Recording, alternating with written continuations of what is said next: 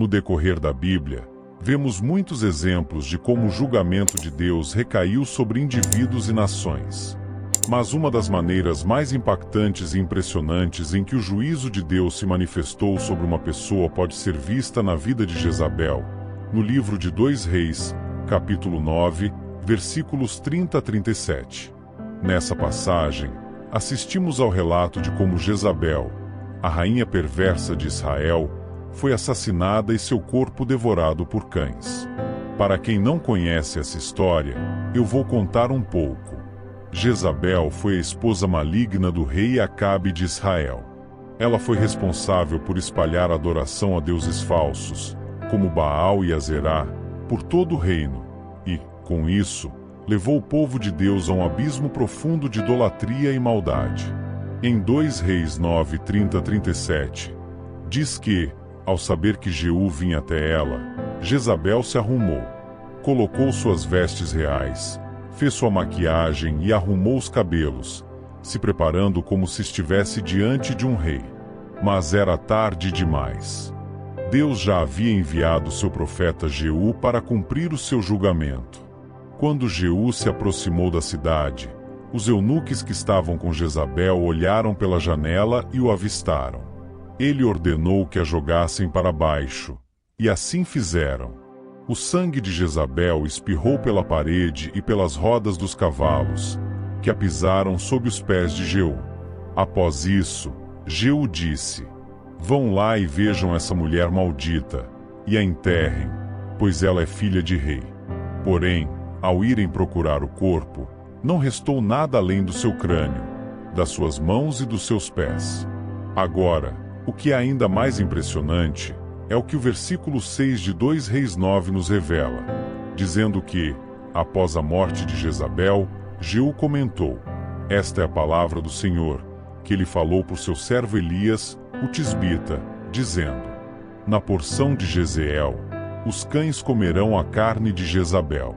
Ou seja, já havia sido profetizado que o corpo de Jezabel seria devorado por cães, exatamente no lugar onde todo o mal e a idolatria de Acabe e Jezabel começaram. E foi isso que aconteceu. Cães selvagens vieram e devoraram seu corpo, de modo que restaram apenas seu crânio, suas mãos e seus pés.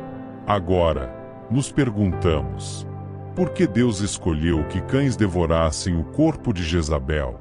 Para entender isso, precisamos compreender o que os cães representam nas Escrituras. Na Bíblia, cães selvagens eram vistos como animais impuros, animais que viviam nas ruas como pestes, e, muitas vezes, eram considerados como símbolos de desonra e maldição. Em Deuteronômio 14, 21, por exemplo, vemos que o comer de um animal morto era proibido, e qualquer coisa que fosse tocada por cães era considerada impura. Ser devorado por cães, portanto, era um sinal de vergonha, uma negação do devido sepultamento e honra. Era um símbolo claro de julgamento, uma marca de desgraça, algo impensável para alguém que fosse considerado respeitável ou digno. Jezabel, que havia se rebelado contra Deus e espalhado tanto mal, seria tratada assim após a morte sem honra, sem sepultura, sem piedade.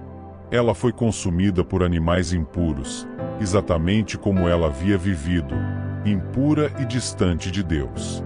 Ao longo da Bíblia, os cães também representam os ímpios, aqueles que rejeitam as coisas santas. Em Apocalipse 22:15, lemos que fora estão os cães, os feiticeiros, os imorais, os assassinos, os idólatras, e todo aquele que ama e pratica mentira. Aqui, os cães são associados aos que vivem em pecado, excluídos da presença de Deus. Em Mateus 7:6, Jesus também fala sobre não dar coisas santas aos cães, comparando aqueles que não têm coração para as verdades divinas aos cães que não podem compreender o que é sagrado. Jezabel, uma idólatra, feiticeira e assassina, foi consumida por cães como um reflexo do seu próprio coração impuro e do mal que ela causou em Israel. Ela, que havia levado o povo à idolatria e ao pecado, terminou de maneira a simbolizar sua total separação de Deus, sua total exclusão da redenção. Ela foi consumida, desprezada, tratada como os cães que comiam restos e sujeiras, mostrando que, diante de Deus, não há espaço para aqueles que persistem na maldade sem arrependimento. Mas ao olharmos para o fim de Jezabel, podemos ver também uma lição profunda para as nossas próprias vidas. Não importa quão poderosa ou influente uma pessoa seja neste mundo, ninguém está isento das consequências do pecado. Jezabel teve um fim trágico e vergonhoso, mas seu julgamento é um alerta. Não devemos brincar com o pecado, nem ser cúmplices da maldade. Sua história nos ensina que há sérias consequências para aqueles que, em seus corações, se afastam do Senhor e vivem em rebeldia contra Ele. No entanto, há algo mais que podemos aprender com essa história. Embora o julgamento de Jezabel tenha sido severo, a boa notícia é que, para todos aqueles que se arrependem, há perdão em Cristo. A graça de Deus está disponível para todos, não importa o quão profundo seja o pecado. O apóstolo Paulo, que um dia perseguiu os cristãos, mas se arrependeu e se converteu, escreveu em 1 Coríntios 6:11: E tais fostes alguns de vós, mas fostes lavados, mas fostes santificados, mas fostes justificados em o nome do Senhor Jesus e no Espírito do nosso Deus. Em outras palavras, não importa quais foram nossos erros ou pecados, se nos arrependermos e nos voltarmos para Cristo, Ele pode nos purificar, restaurar e nos dar uma nova vida. Como está escrito em Hebreus 9:14, quanto mais o sangue de Cristo, que pelo Espírito Eterno se ofereceu a si mesmo sem mácula a Deus, purificará a nossa consciência de obras mortas, para servirmos ao Deus vivo.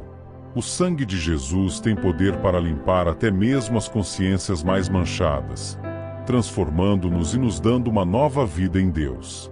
Portanto, queridos, a história de Jezabel nos convida a refletir sobre nossa própria vida. Se há algo que precisamos confessar ou abandonar, este é o momento. O arrependimento traz perdão, e Cristo nos oferece uma nova chance de viver segundo a sua vontade. Que possamos nos afastar da idolatria e de tudo aquilo que nos afasta de Deus. E, com a ajuda de Cristo, podemos vencer toda a obra do mal e viver uma vida de pureza, santidade e honra diante de Deus. Que essa reflexão sobre o fim de Jezabel nos inspire a olhar para nossa própria jornada e, se necessário, a nos arrepender e buscar a misericórdia de Deus. Lembre-se, há sempre esperança em Cristo, e Ele pode nos restaurar a cada dia. Que você seja abençoado, em nome de Jesus. Amém. Querido irmão, espero que esta mensagem tenha tocado seu coração e que, ao refletirmos sobre o exemplo de Jezabel, possamos ser desafiados a viver com integridade, arrependimento e devoção verdadeira ao nosso Senhor. Se esta palavra falou profundamente com você, eu convido você a se inscrever no canal, deixar seu like e compartilhar com seus amigos. Ao fazer isso, você está ajudando a espalhar a palavra de Deus, levando esperança, cura e transformação para mais vidas. Que possamos ser canais de luz e verdade, permitindo que o amor de Deus alcance todos ao nosso redor. Que a sua vida seja um reflexo da bondade e misericórdia do Senhor, e que, juntos, possamos cumprir o propósito de compartilhar o Evangelho de Cristo com o mundo. Deus abençoe poderosamente cada um de vocês. Até o próximo vídeo, e que a paz de Cristo esteja com todos vocês. Amém.